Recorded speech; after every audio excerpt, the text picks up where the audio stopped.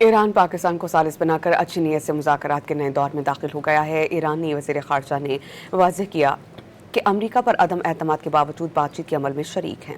انہوں نے ترکی، سعودی عرب، مصر اور روس وزرائے خارجہ سے بات چیت میں کہا کہ واشنگٹن دھمکیاں دینا چھوڑ دے اور اشتعال انگیز اقدامات ترک کرے۔ ایرانی افواج کسی بھی جارحیت کا مقابلہ کرنے کے لیے تیار ہیں۔ وال اسٹریٹ جرنل کے مطابق امریکہ کے ساتھ مذاکرات کی بحالی کے لیے ایران نے لچک دکھائی ہے۔ بحری ناکہ بندی کے خاتمے اور مزید حملے نہ کرنے کی یقین دہانی کے عوض آبنائے ہورموز کھولنے کی پیشکش کی۔ امریکی اخبار کے مطابق تجاویز جمعرات کو پاکستان کے ذریعے واشنگٹن بھیجی گئیں۔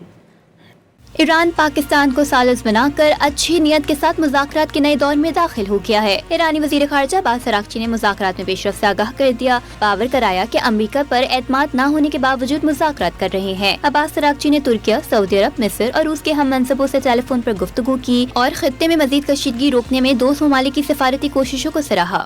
ادھر امریکی اخبار وال اسٹریٹ جرنل نے اپنی رپورٹ میں دعویٰ کیا ہے کہ ایران نے امریکہ کے ساتھ مذاکرات بحالی کے لیے لچک کا مظاہرہ کیا۔ رپورٹ کے مطابق ایران کی نئی پیشکش میں آبنائے ہورمز کھولنے کے بدلے ایران پر حملے نہ ہونے کی ضمانت اور ناکہ بندی ختم کرنے کی تجویز دی گئی ہے۔ نئے ایرانی مسودے میں کہا گیا ہے کہ اگلے مرحلے میں ایرانی جوہری پروگرام کے بدلے پابندیاں ختم کرنے پر بھی بات چیت کی جا سکتی ہے۔ وال اسٹریٹ جرنل کے مطابق واشنگٹن کو تجاویز منظور ہوں تو تہران اگلے ہفتے کے آغاز میں بات چیت کے لیے تیار ہے۔ ایران نے نئی تجاویز جمعرات کو پاکستانی ثالثوں کو جمع کروائی تھی۔ امریکی ویب سائٹ ایکزیوس کے مطابق امریکہ نے ایران کی نئی پیشکش میں کچھ تبدیلیاں کی تھیں، جس کے بعد ایران نے اپنا جواب جمع کروایا۔